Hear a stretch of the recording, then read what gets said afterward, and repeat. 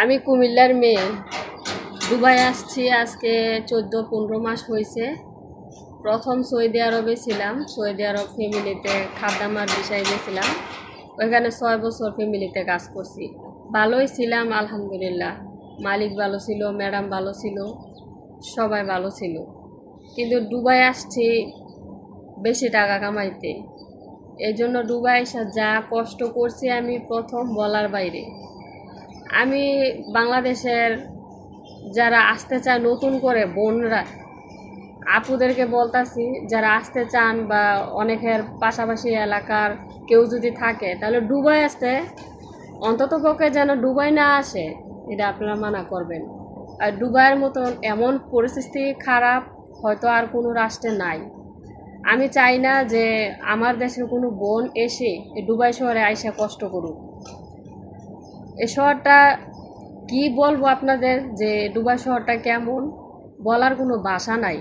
তবে আমি এতটুকুই বলবো যে দুবাই কেউ আইসেন না, সৌদি যান, ওমান যান, বিভিন্ন রাষ্ট্র আছে কাজ করার জন্য মেয়েরা, কিন্তু দুবাই আসেন না। আমি এটাই বলবো বারবার। আমার এখানে দেশের লোক আছে, তারা আমার সহযোগিতা করছে, কাম কাজ তারা জোগাড় করে দিছে, এই জন্য আমি টিকা রয়েছি এখনো পর্যন্ত দুবাই। আর না হয়তো আমি টিকা থাকতে পারতাম না। অনেক কষ্ট করছি, এখানে এসে অনেক কষ্ট করছি, না খায়ও আমার দিন রাত গেছে, না খায়ও ঘুমাইয়াছিলাম, আমার এমনও কষ্ট গেছে।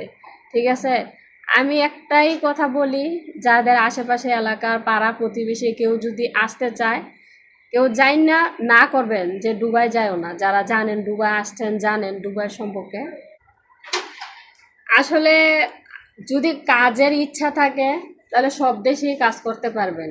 ঠিক আছে, আপনি আমার কথা শুনে বলতে পারেন যে আপনি করেন কিভাবে, করি, ঠিক আছে, কিন্তু সবাই সবটা পারে না। আমি তো সৌদি আরব থেকে আমি শক্ত হয়ে গেছি, ঠিক আছে, আমি কাজ করতে পারবো, কিন্তু অনেকে আছে এত কাজ করে টিকে থাকতে পারে না, এতগুলো টাকা পয়সা খরচ করে এসে আবার যাইতে করবে দেশে।